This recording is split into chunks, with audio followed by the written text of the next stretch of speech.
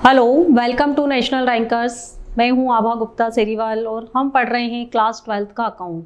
Class 12 के account में chapter first चल रहा है हमारा। चैप्टर फर्स्ट, लाभ न कमाने वाली संस्थाओं में लेखांकन।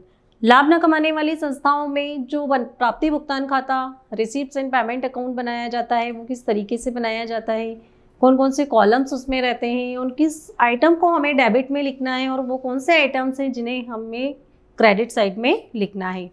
इसके लिए अब आप आगे देखिए, डेबिट साइड में to rent, to sale of newspaper, to general grant, अगर कोई सामान्य अनुदान मिला है तो वो, miscellaneous receipts, actual capital receipts में आ जाएगी legacies, entrance fees, endowment fund receipts, to life membership fees.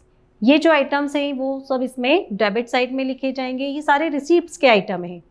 इसके बाद by honorarium, by municipal taxes, by prize, capital payments में आ जाएगा बाय बुक्स।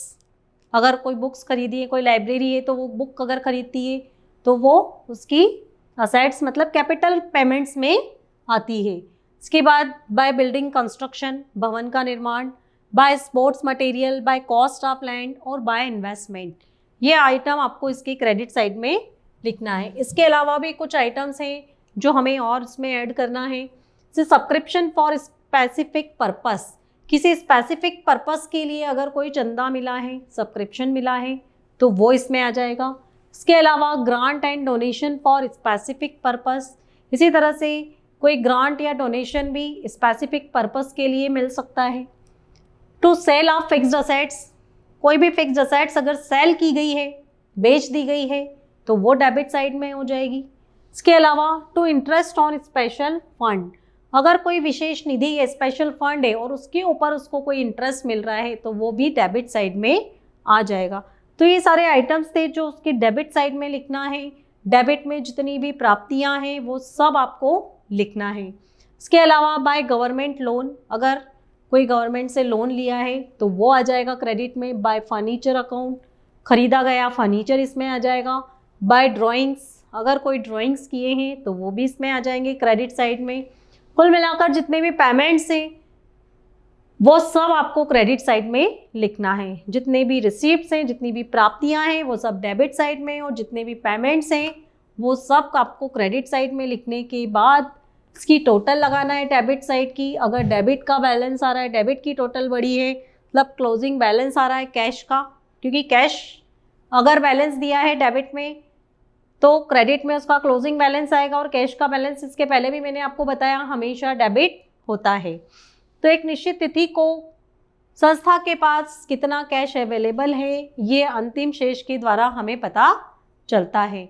तो ये था प्राप्ति भुगतान खाते का प्रारूप, जो हमें आगे भी जब न्यूमेरिकल क्वेश्चंस आएंगे, सम आएंगे तो उसमें हमको इसको फॉलो करना है। हमें इस बात का ध्यान रखना है कि इसमें किसी तरह का कोई समायोजन अगर दिया भी गया है तो हमें उसको इग्नोर करना है, उसको ध्यान में नहीं देना है। जैसे अदत्त व्यय, पूर्वदत्त व्यय, उपार्जित आय, अनुपार्जित आय, मूल्यह्रास, डूबत ऋण, ये सब हमको इसमें नहीं लिखना है। तो ये फॉर्मेट हमारा पूरा हुआ। अब हम देखेंगे कि आय व्यय खाता। हमने पढ़े थे कि इसमें 3 खाते बनाए जाते हैं। नंबर 1 प्राप्ति भुगतान खाता, जो हम पढ़ चुके हैं अभी।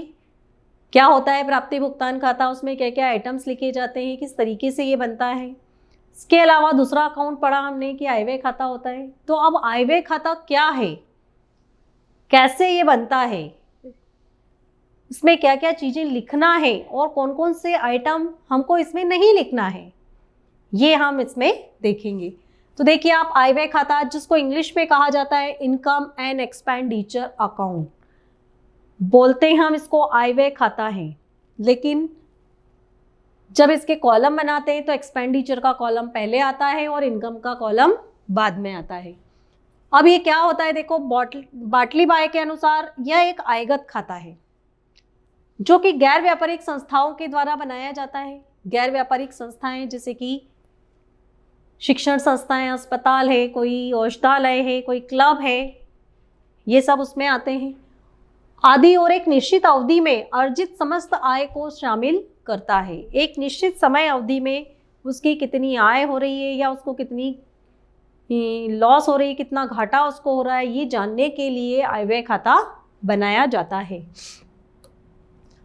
अब देखिए आप कि आय व्यय खाते में ऐसी कौन सी मदें हैं जो हमको आय व्यय खाते में लिखना है और कौन सी नहीं लिखना है।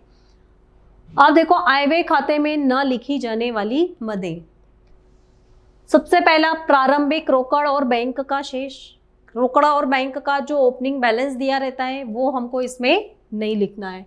इसके बाद अंतिम रोकड़ व बैंक शेष, जो रोकड़ का प्रारंभिक शेष है वो भी आपको इसमें नहीं लिखना है और जो रोकड़ का अंतिम शेष है वो भी आपको इसमें नहीं लिखना है। इसके अलावा पूंजीगत प्राप्तियां,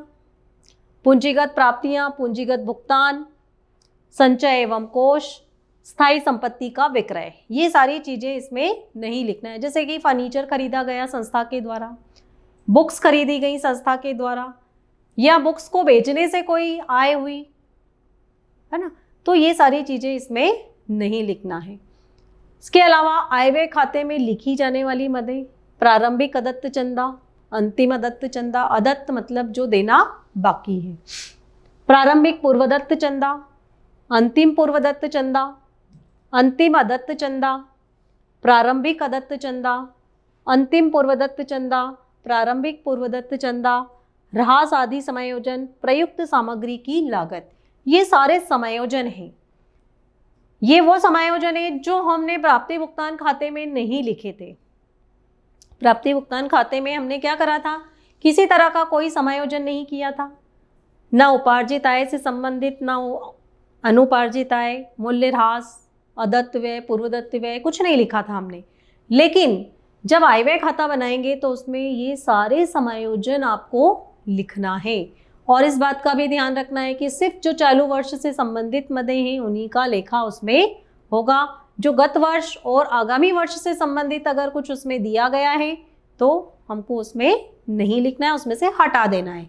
तो ये है आय व्यय खाता, जो किसी भी संस्था की एक निश्चित समय अवधि में लाभ या हानि, सरप्लस या डेफिसिट जिसको कहते हैं, इसमें इसको प्रॉफिट लॉस नहीं कह सकते आप, क्योंकि ये गैर व्यापारिक संस्थाएं और इनकी जो भी बचत होती है वो सरप्लस कहलाती है और जो भी घाटा होता है वो डेफिसिट कहलाता है। तो उसको जानने के लिए बनाया जाता है। ये लाभानी खाते की तरह बनाया जाता है, इसलिए यह नाम मात्र का खाता होता है। Thank you.